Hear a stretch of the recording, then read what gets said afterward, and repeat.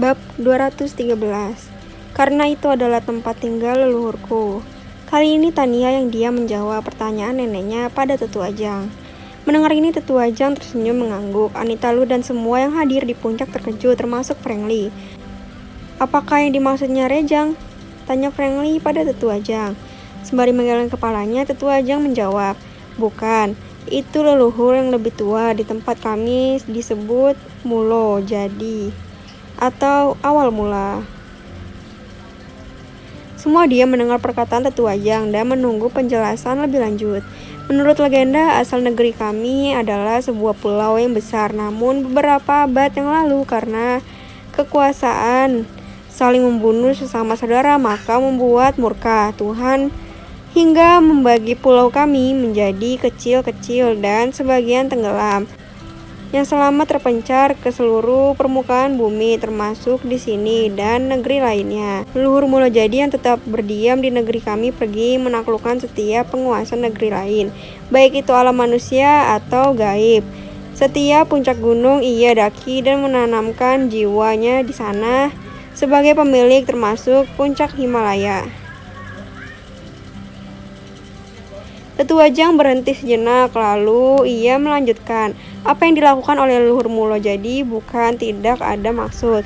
Karena terpencarnya anak dan keturunan di seluruh muka bumi, maka ia memberikan tempat untuk kembali di setiap negeri. Ia menaklukkan penguasa puncak gunung agar mereka tahu jangan mengganggu anak cucunya kelak.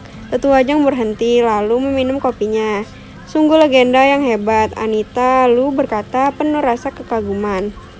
Renata walau juga mengetahui hal ini, namun ia berkata, itu semua legenda, yang namanya legenda itu benar terjadi. Namun ditambahi bumbu agar menarik untuk diceritakan. Walau hanya legenda, namun kenyataannya di banyak puncak gunung leluhur kita berada di sana, dan aku yakin begitu juga di puncak Himalaya itu. Bantah Tetu Ajang. Renata mengangguk lalu berkata, engkau benar dan ini kesempatan kita untuk membuktikannya. Tania yang diam setelah mengatakan hal yang mengejutkan tadi kini tertawa mendengar perdebatan orang-orang tua itu. Semua mata memandang kepadanya. Frankly pun bertanya, putriku, kenapa engkau tertawa? Tania yang masih memegang kaki adiknya menjawab, ayah, legenda ada yang benar, ada yang tidak, namun mengenai leluhurku itu benar. Ayah bisa membuktikannya nanti di puncak Himalaya. Semua orang kembali terdiam. Frankly kembali bertanya, apa nama puncak itu? Zumulangma, jawab Tania sambil terus menarik-narik kaki adiknya yang tertawa-tawa senang ketika kakinya ditarik. Rianti yang juga di sana berkata, puncak itu sangat tinggi, tidak mungkin manusia bisa hidup di sana. Selain suhu juga anginnya terlalu kencang. Leluhur Tania itu tinggi dan selalu berada di tempat yang lebih tinggi daripada orang lain. Jika puncak itu tidak bisa dihuni oleh manusia, maka tidak bagi leluhur, jawab Tania cemberut menatap Rianti. Mendengar ini, Frankly berkata, aku harus pergi ke sana untuk membuktikan bahwa benar leluhurku pernah berada di sana. Tetu Ajang tersenyum mendengar itu, lalu ia berkata, aku pun setuju, namun menurut legenda tempat itu telah disegel, hanya yang diakui yang bisa masuk. Aku berharap engkau bisa masuk. Mengapa tetua berkata begitu? Bukankah aku keturunan mereka? Tanya Frankly. Tetu Ajang pun menjawab pertanyaan Frankly. Ia pun berkata, di negeri kita banyak puncak yang dijaga leluhur walau keturunannya. Namun jika tidak pantas untuk diterima, maka di kaki gunung sudah diusir. Anita Lu yang mendengar penjelasan itu pun bertanya, bagaimana cara mereka mengusirnya? Tetu Ajang tersenyum menjawab, nyonya besar, mereka sudah tiada. Yang ada hanya sisa-sisa jiwa mereka. Jadi dengan caranya mereka mengusir keturunannya untuk tidak naik ke puncak, bisa dengan menyesatkannya atau membuat ia bertemu dengan hewan buas seperti harimau contohnya. Bertemu dengan harimau saat menuju ke suatu tempat itu sebagai pertanda kita dilarang melanjutkan perjalanan. Ini kepercayaan di negeri kami, tambah Renata. Anita Lu menjadi lebih paham sekarang, lalu ia bertanya, semua patut dicoba. Frankly mengangguk dan menjawab, ibu benar, aku akan pergi ke sana. Ayah tidak akan diterima kecuali membawa baju adikku, Tania berkata sembari terus mengganggu adiknya. Mendengar ini Tetu Ajang pun tertawa senang lalu berkata, memang hanya ia yang pantas karena usianya tidak mungkin kita bawa ke sana, namun pakaian bekas ia gunakan sudah cukup memberitahu leluhur bahwa kita datang sebagai utusannya. Franklin tersenyum diam. Begitu kuatkah putranya ini hingga ia lebih diakui dibandingkan dirinya, pikirnya. Dengan membawa pakaian miliknya, maka luhur akan mengenalinya. Itu cara yang terbaik, tambah Renata. Franklin menatap Renata, lalu ia bertanya, begitu kuatkah putraku ini?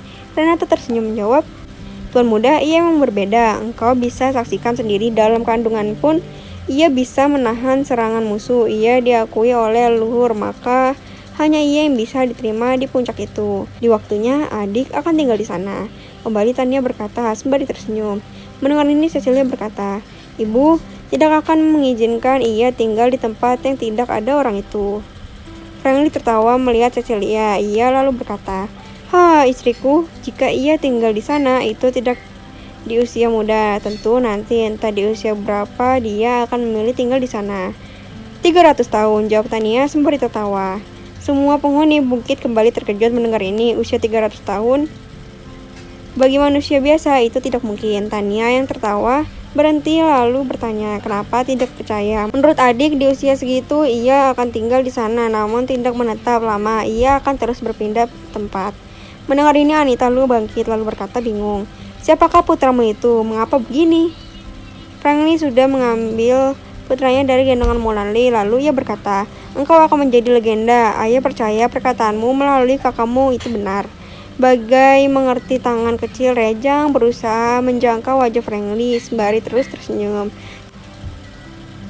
Tania yang juga pindah ke sisi Franklin sembari menarik-narik kaki adiknya kembali berkata, pertarungan ayah dan musuh ayah tidak akan pernah terjadi. Jadi ayah tenang saja.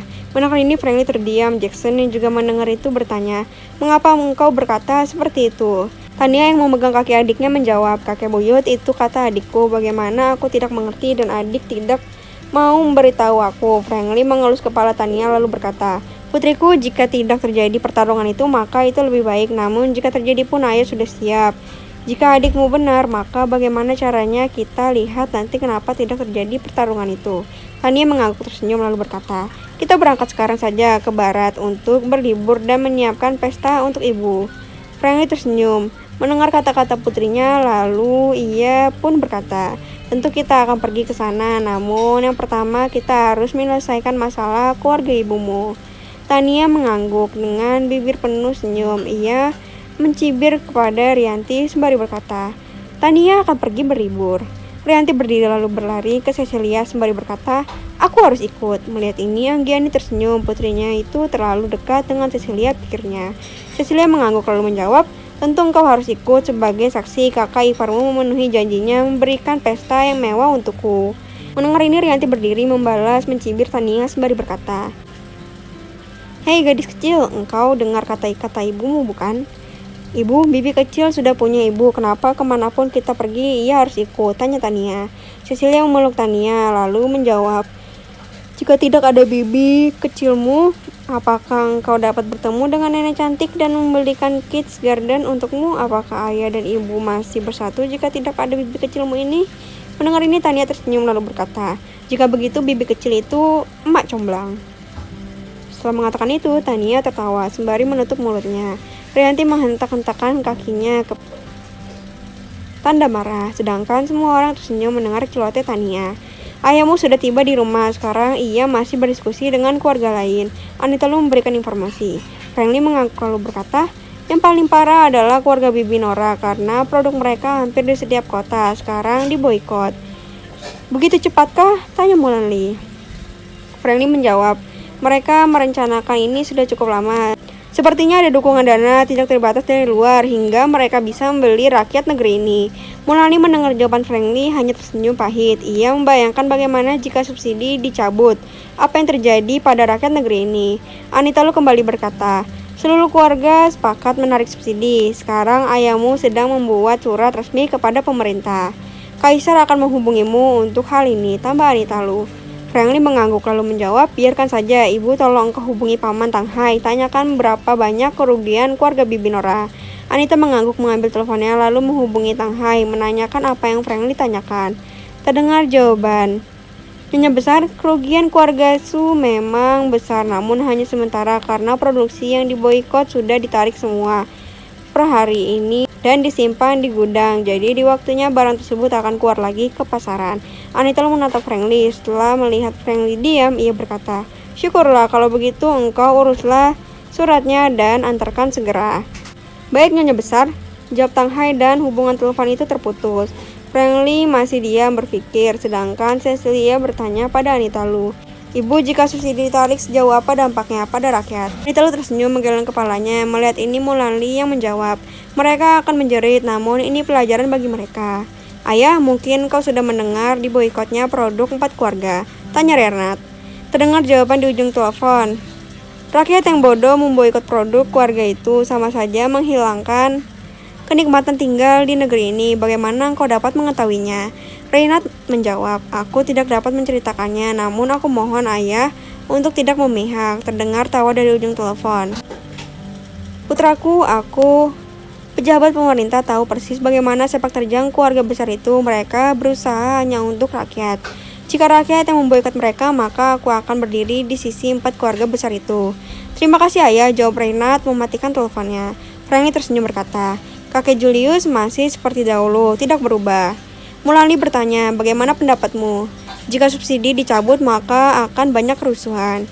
"Di sini aku dilema. Di sisi ini ada rakyat, di sisi lain keluargaku," jawab Frankly. Semua yang mendengar kata-kata Frankly terdiam, karena posisi Frankly sebagai pelindung negeri itu berarti harus berdiri di sisi rakyat. Sementara yang lain diam. Frankly tersenyum. "Apakah engkau sudah memiliki solusinya?" tanya Mulanli.